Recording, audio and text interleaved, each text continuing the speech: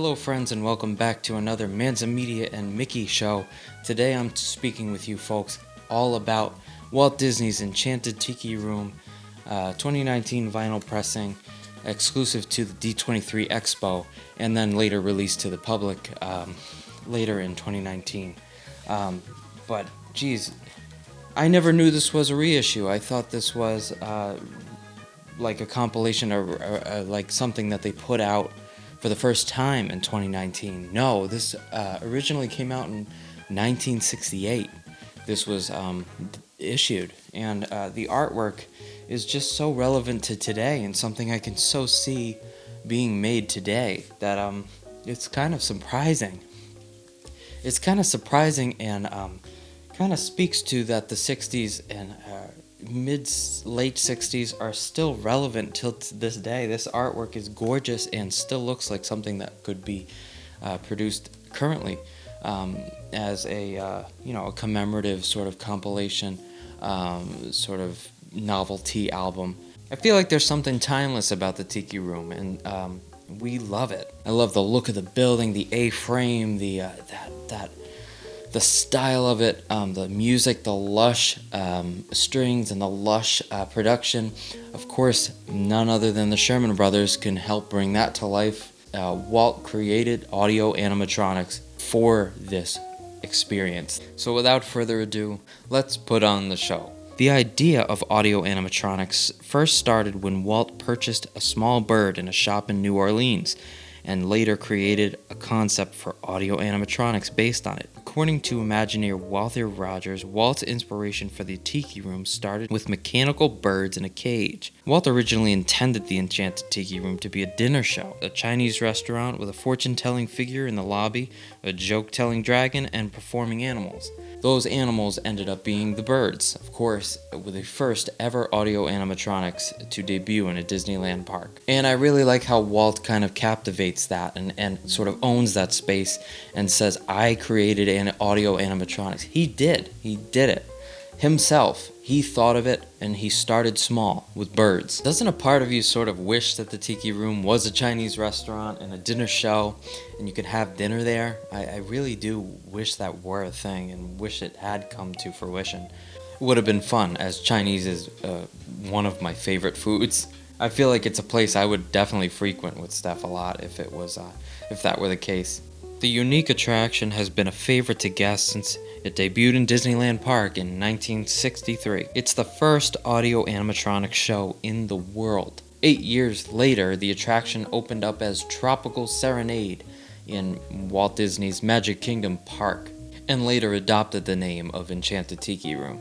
Legendary Imagineer Mark Davis was brought on to make this happen and bring it to life with the concepts of the Tiki statues that were in the ride and have those faces and talk and their mouths open and their eyes move all around. Those were Mark Davis's sort of concept. He was a great concept artist for Walt Disney and his company, and a great Imagineer, great man. The Sherman Brothers were brought on as the opening attraction tune, the Tiki Tiki Tiki Room. And the attraction ended with a Hawaiian-style hi-ho to exit guests out and bring new guests in. They do the Hawaiian war chant, and it gets the booming drums, and you feel the rumble, and it actually brings on rain in the show building, and it's soothing. It's cool. It's not only cool temperature-wise to get away from the sun and the heat, of course, but it's cool music. It's cool Hawaiian type of Polynesian style music that I hope never leaves the park. That is an American staple in our society, is the fact that we Americanized some of the Polynesian tiki culture way back in the 50s and 60s. Post-war husbands and fathers were coming back and wanted to escape. The escapism of the 50s and 60s is encapsulated in that kitschy tiki style, and just the fact that we can celebrate that and have that in a Disney park with such precision and well-crafted music and a show that's overall entertaining, relaxing, and enjoyable is something to behold, and something I love. So I hope it never leaves. Now, though we have never been on the Jungle Cruise, listening to the Adventureland suite is something amazing. I have been to Adventureland, narrated by trusty Thurl Ravenscroft, known from the Haunted Mansion to be prevalently showcased for his deep and booming voice. He narrates the Jungle Cruise portion of the album on side B, and does an excellent job, sort of putting you there in the rivers of adventure. And the music, I must say, is very relaxing. I found myself just kind of zoning out listening to it. I loved it so much. It's tropical, sort of Polynesian, African style, almost exotic, sort of lush strings, Hawaiian sounding, over top Thurl's narration. Having not been on the ride, I love Side B just as much as Side A, and Tiki Room is a special thing to me.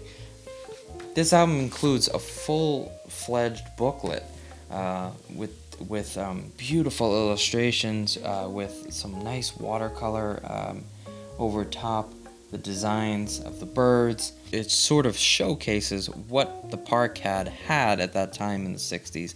The Tangaroa tree, the magic fountain inside, and people seem to be happy and wowed by this in a lot of ways. And the Jungle Cruise in these early pictures really just looks like something right out of the African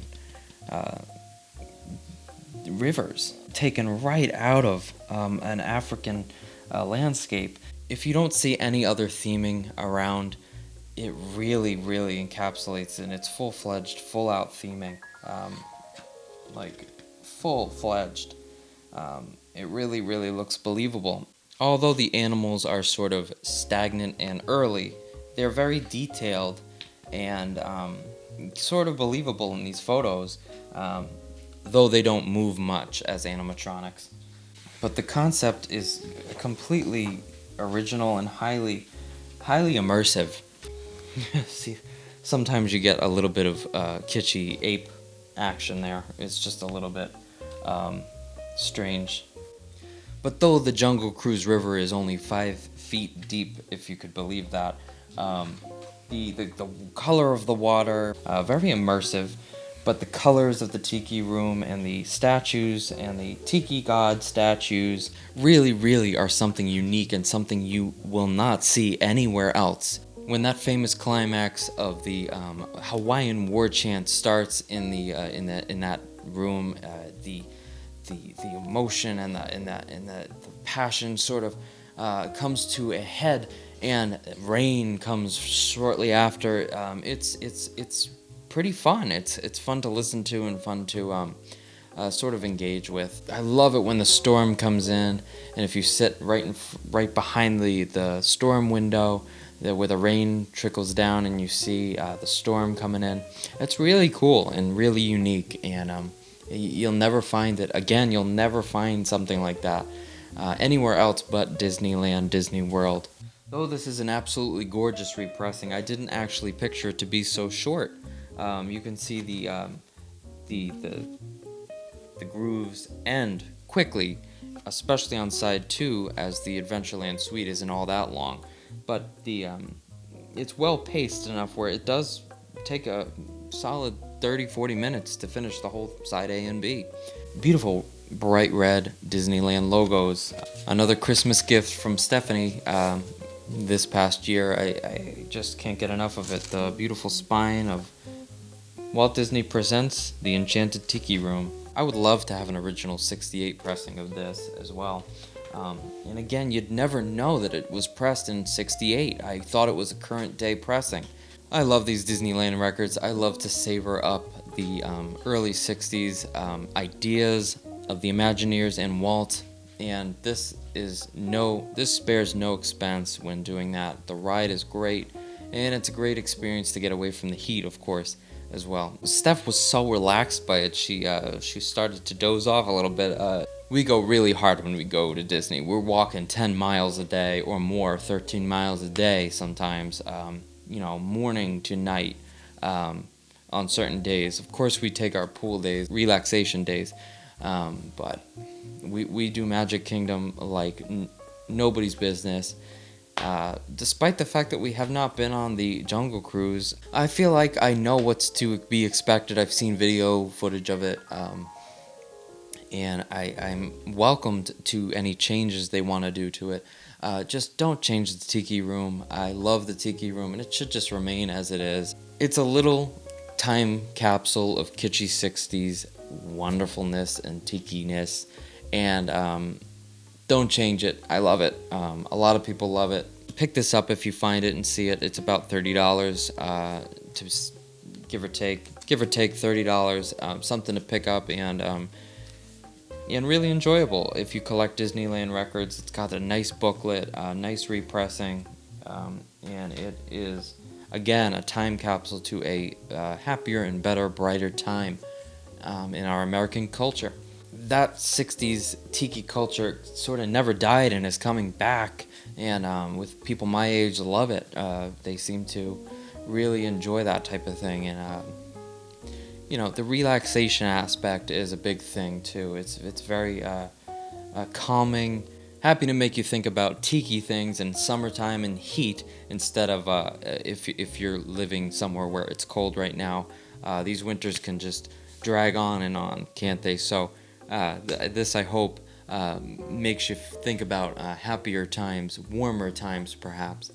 I know when I put it on, I certainly am transported to somewhere tropical and happier and way better than these dreary days through February, March, and early April.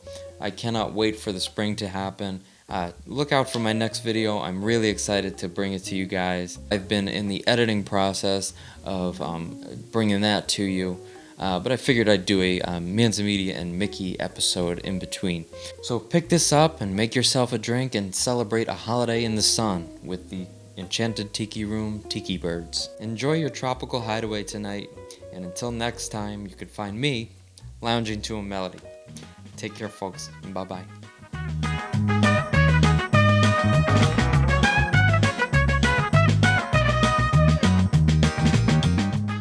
Thanks again, folks, for checking out this episode. If you do feel so inclined as to follow me on social media, you may gladly do so at Manza Media Art and Manza Media on every other platform. If you like prints, I've got an Etsy shop where you can pick up some of my original artwork and fan artwork. I'll catch you folks on the next episode of Manza Media.